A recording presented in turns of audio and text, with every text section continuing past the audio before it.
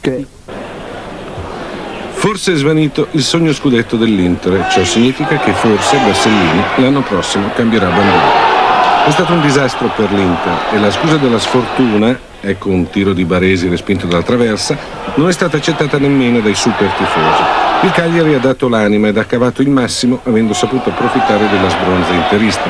Il Cagliari avrebbe potuto passare presto con questa azione di Bellini interrotta da Prohaska.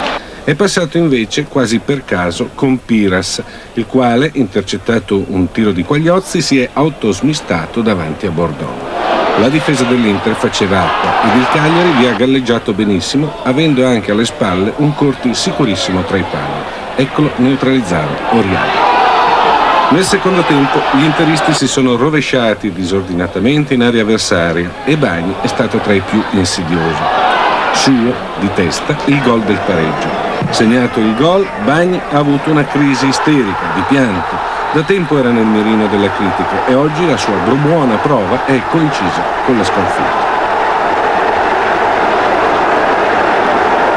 Beccalossi ha provato qualche numero, ma non sono stati sufficienti i suoi passi di danza per rimettere in sesto il Barcellona. In effetti le colpe sono tutte della difesa. Osservate cosa inventano Bini e Bordon per qualificare il Cagliari.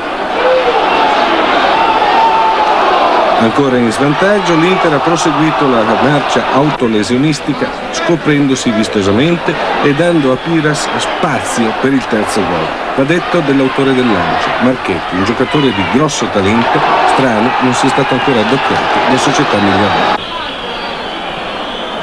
Dopo una traversa di Bagni, eccola, un finale velleitario di Bini e soci. Ma ormai la pizza alla sarda era fatta e la pressione interista è risultata quasi patetica.